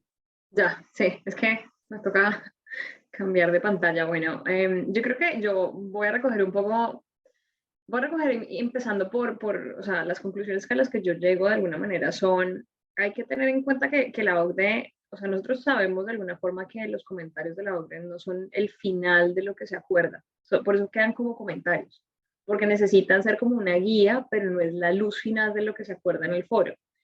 Y eso es importante porque, por ejemplo, cuando hablábamos de qué tan compatible es el PPT con lo que es doméstico, yo lo ponía en el chat por el comentario que hizo Álvaro, y en los comentarios ya te dicen específicamente el conflicto entre PPT y otra norma solo se va a dar si la norma local es más restrictiva que el test que propone el PPT.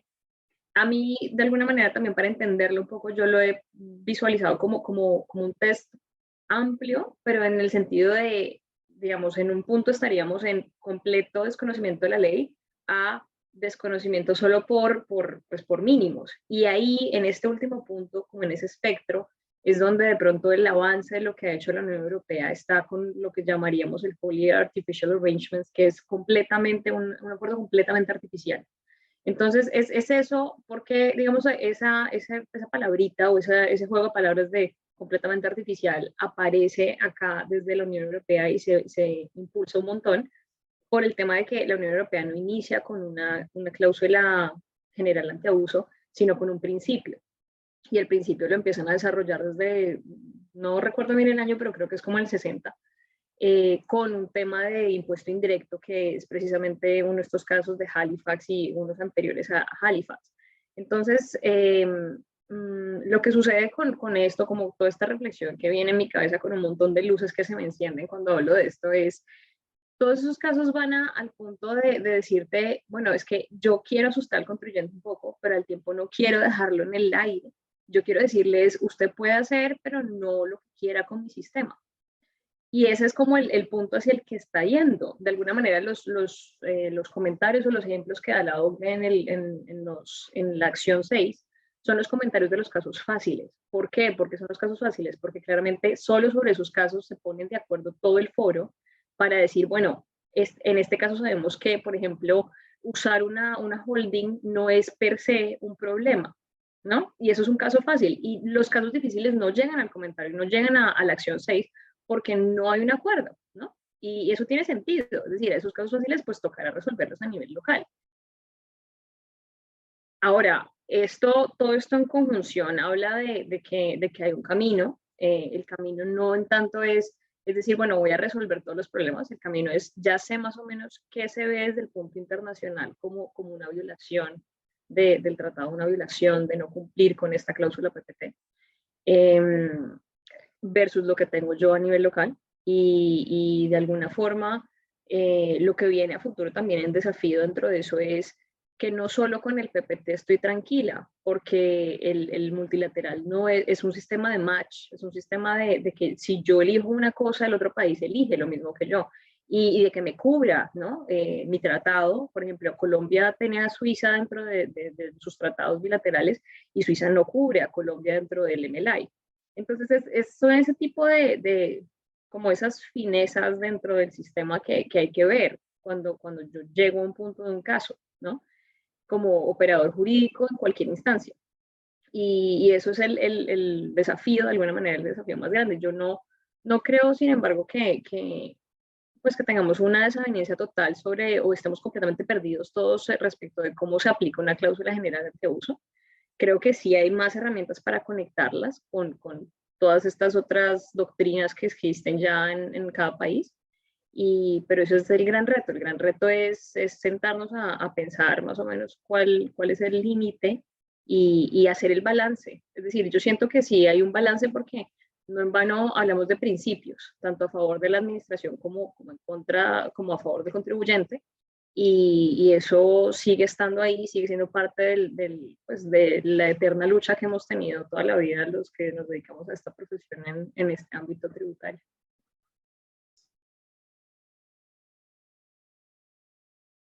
Bueno, muchas gracias. Álvaro.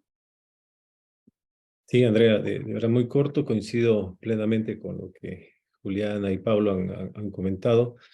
Tal vez dejar simplemente la línea de lo que queda por hacer y no solamente quedarse en el hecho de que lo que está todavía es incierto, pero creo que parte porque cada uno de los países pueda plantear de alguna manera procedimientos claros para la aplicación de esto. Y yo veo difícil que esto tal vez esté dentro de los convenios en sí mismos, pero de alguna manera tendría que compatibilizarse el procedimiento de aplicación bajo la legislación doméstica a fin de generar cierto margen de seguridad jurídica mayor para el contribuyente, ¿no? Porque ahora definitivamente no sabe cómo podría esto venir funcionando.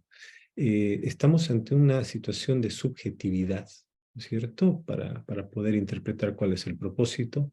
Y la llamada de atención precisamente viene en este elemento, porque hay principios con los cuales nosotros obviamente no estamos muy familiarizados, ¿no? Como por ejemplo el principio de inversión de la carga de la prueba en la demostración del elemento objetivo. Ese es un elemento de discusión sumamente importante, siguiendo precisamente lo que le puede tocar a nuestros jueces aplicar después los convenios de una manera adecuada. Los aspectos que se pueden resaltar alrededor de todo esto son variados. Por ejemplo, no hemos tocado las cláusulas, salvo por lo que comentó Pablo muy rápido, era la compatibilidad misma con las cláusulas LOB, ¿no es cierto? El hecho de que en el caso de Bolivia que les comentaba, el caso Amoco, que es exactamente, es muy parecido a lo que se comentaba con el caso Canadá, una concesión petrolera, se decide utilizar en realidad o la cesión del contrato a una subsidiaria en Suecia, que está bajo el régimen de exención por dividendos. Es típico el esquema, ¿no? Donde tienes una cláusula LOB y lo que hace la Corte simplemente es decir, primero tiene que aplicarse la cláusula de LOB. ¿Por qué motivo? Por lo que dice la OECD en los mismos comentarios, que es, en caso de algún conflicto, tiene que aplicarse el principio pacta sunt servanda y debe respetarse el convenio. Si el convenio no tiene una cláusula general anti-elusión, desde mi punto de vista, esa línea general no debería variar, ¿no es cierto?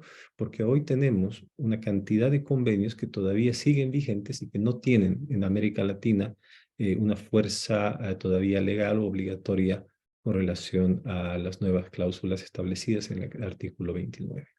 Así que, bueno, muchas gracias. Con esto ya me despido y disponible para poder responder las consultas que se planteen.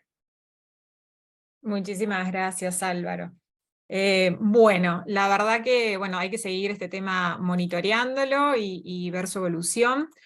En el chat, Janina compartió varios comentarios que bueno, un poco creo que la inquietud de ella era un poco cómo compatibilizar bueno, la situación creo que nacional, económica nacional de cada jurisdicción, ¿no? Con estas cuestiones o estándares a nivel internacional, ¿no? Ella hablaba un poco de la situación económica, entiendo, de Argentina en particular. No sé, Janina, si querés hacer algún comentario o alguna pregunta por el micrófono. Si no, bueno, el resto de los participantes, por supuesto, los invito a...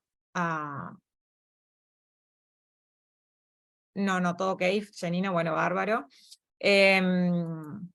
No sé si el resto de los participantes... Miriam está alzando la mano. A ver Sí, hola, ¿qué tal? ¿Se Buenas, escucha? sí, perfecto, Miriam. Bueno, felicitaciones a los expositores. Yo había puesto ahí, decir por qué, justamente como profesora del posgrado que soy en la especialización en tributación en la Universidad de El Salvador, y también se enseña en la cátedra de Finanzas Públicas, Derecho Tributario. Yo he enseñado en este momento, no, es decir, pero con el doctor Damarco.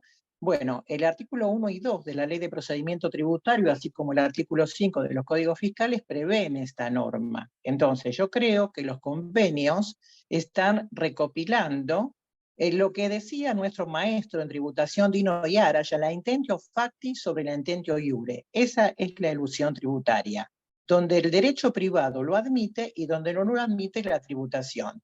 Y donde a veces a mí me ha tocado como tributarista, y ejerciendo la profesión hace más de 26 años en el campo del derecho tributario, pelearme bastante con la FIP. ¿Por qué? Porque en algunos casos tiene razón y en otros casos no tiene razón, donde hay que también interponer normas como es los informes de la técnica del 44 y 48 del 2004, de la Dirección de Técnica Tributaria y Registral de la Agencia de Recaudación de la Provincia de Buenos Aires, y eso no es demostrar una analogía. Entonces, lo que se pretende justamente, y lo que decía Álvaro, si mal no recuerdo, es evitar una simulación o evitar un fraude. ¿Por qué? Porque el hecho no puede estar sobre el derecho. Por ejemplo, si vamos a la parte contable, en el método de inventario permanente, el método primero entrada, primero salida está permitido. Sin embargo, la FIP quiere el PPP, o el último que entró, el primero que salió. No sé, corríjanme si alguno es contador. Ahora, por ejemplo, en el método de los contratos de comodato, a mí me llegaron a pedir hasta el impuesto de sellos, y la FIP sabe que un contrato de comodato es gratuito. O sea que ya con el maestro Dino Yadash y con el fallo, si mal no recuerdo, a ver que me corrija el doctor Porporato, Park Davis, ahí vemos claramente justamente, es decir, lo que es una ilusión tributaria. Es decir, es decir, se prohíbe adoptar normas que tengan que ver con el derecho privado. Sin embargo, tenemos Miriam, perdón, Sí. disculpa, ¿podrías hacer la pregunta concreta? Porque no tenemos tiempo, a ver si pueden otros preguntar, porque ya tenemos que cerrar. Gracias. Bueno, que la pregunta concreta es que para mí los convenios no vienen a receptar absolutamente nada, sino que ya estaba escrito hace muchos años, disculpen. Bueno, muchas gracias, Miriam. No sé si algún otro participante desea hacer alguna reflexión, algún comentario. Perdón, ¿qué me preguntó si yo podía hacer una pregunta concreta? ¿Quién Gracias, fue? Miriam. Ahí, Andrea, si querés preguntar Sí. si alguien más quiere. A ver si no veo ninguna mano levantada. Bueno, están todos muy reflexivos con toda la diversidad de temas que se hablaron. Es sin duda un tema súper complejo. Y bueno, una de las cuestiones que yo no estaba reflexionando a medida que, bueno, que los panelistas comentaban, es la cuestión esta de también, bueno, la aplicación, bueno, el legislador, el proceso que hablaba Juliana, el legislador, la administración tributaria, después los jueces, ¿no? Y que si a los expertos en la materia tributaria les resulta un tema complejo. También muchas veces ahí surge el tema, ¿no?, de los jueces, que muchas veces, bueno, y en nuestra región es un tema que se ha observado de que no tienen la especialización en la materia tributaria, y que bueno, que eso después genera algunos ruidos al momento de decidir, ¿no? Bueno, veo a Felipe Conejeros que tiene la mano levantada. Si querés, Felipe. ¿Sí? ¿Me escuchan? Sí, perfecto. Ya, voy a hacer una consulta cortita, la verdad. Sí, Porque sé que adelante. puede que sea muy contingente, sea muy propio del país que voy a referirme, que es mi país, que en este caso es Chile.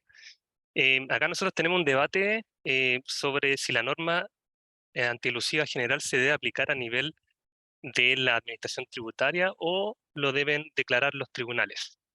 Yo entiendo que en el derecho comparado, generalmente esa norma antielusiva la declara la administración tributaria, con esas comisiones de las que hablaba, entiendo, Pablo.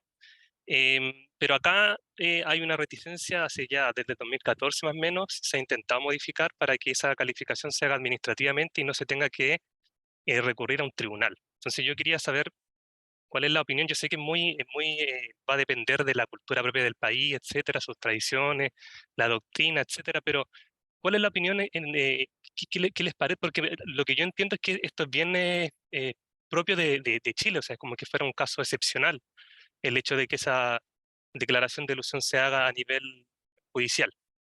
Entonces quería saber la opinión de cualquiera que me pueda responder, qué le parece, qué opinión tiene al respecto. Andrea, si te parece, ¿puedo comentar algo? Sí, adelante, por favor.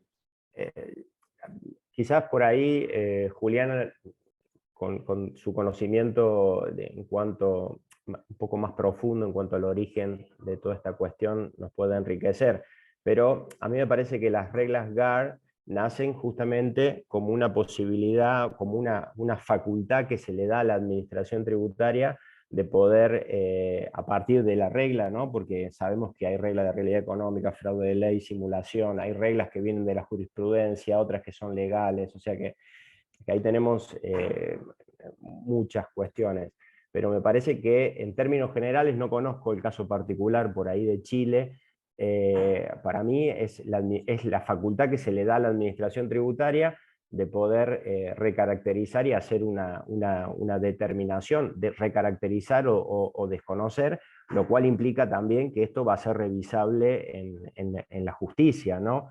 Pero me parece bastante garantista que sea un tribunal el que tenga que, en definitiva, considerar si aplica o no. El tribunal, en definitiva, el que corresponda, va a decir si está bien o mal aplicada, ¿no?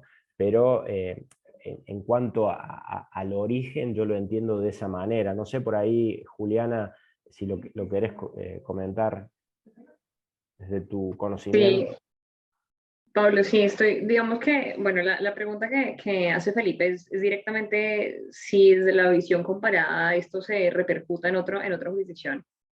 Yo no lo he visto en otra jurisdicción realmente, porque lo que dice Pablo es efectivamente lo que sucede. Y yo le doy, o sea, es el último, como lo describe la OCDE, por ejemplo, es el último remedio que yo tengo para ejecutar, ¿cierto? Entonces también lo decía Álvaro. Si yo tengo primero una limitation of benefits, una cláusula de limitación, que es más efectiva, directa, que yo la aplico porque fallaste en este tema formal o no aplica porque tu caso no aplica, y luego voy avanzando y llego hasta la cláusula antiabuso, quien debería aplicarme la cláusula antiabuso y quien tiene que seguir el proceso es precisamente la autoridad administrativa, porque no viene siendo digamos, si yo lo llevo a nivel del juez, quien me define directamente si se aplica o no se aplica, pues ya no queda otra instancia. O sea, casi que ya definitivamente yo como contribuyente he sido ejecutado directamente y lo que yo he hecho es simplemente perdí el beneficio. Entonces, quizá por visto como al revés de como quizá lo están viendo en Chile, tenerlo desde nivel de juez directamente entorpece un poco el desarrollo, ¿no? Porque en nivel de desarrollo los jueces ya sabemos que la mayoría de los países están reventados de trabajo, y poner esta situación directamente a nivel de juez sería desde el punto de vista personal mío, pues es, digamos, como un modo de tener una cláusula que no se va a utilizar. Y porque pues por la práctica misma no llegaría a revisarse, y desde el punto de vista pues ya casi que es una única instancia, y eso tampoco sería positivo para pues la división de poder.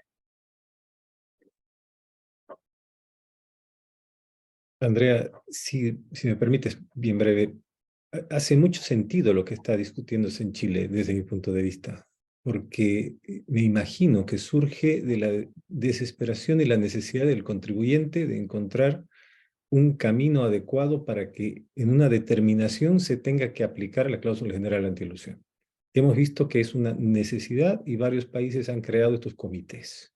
Estos comités, por la experiencia que se tiene, no han funcionado de manera adecuada, y el estándar más alto de protección que están buscando precisamente es que se haga, me imagino, una especie de consulta previa para poder continuar con la determinación basada en un criterio judicial acerca de si corresponde o no recaracterizar o aplicar una norma de ese tipo, sin que sea prejuzgamiento necesariamente, pero y después comenzar con el proceso. Tal vez es simplemente un mecanismo más de protección, ¿no? Que hace sentido, sí, para mí. Haría las veces, a ver si lo entendí, como si fuera un comité, pero externo,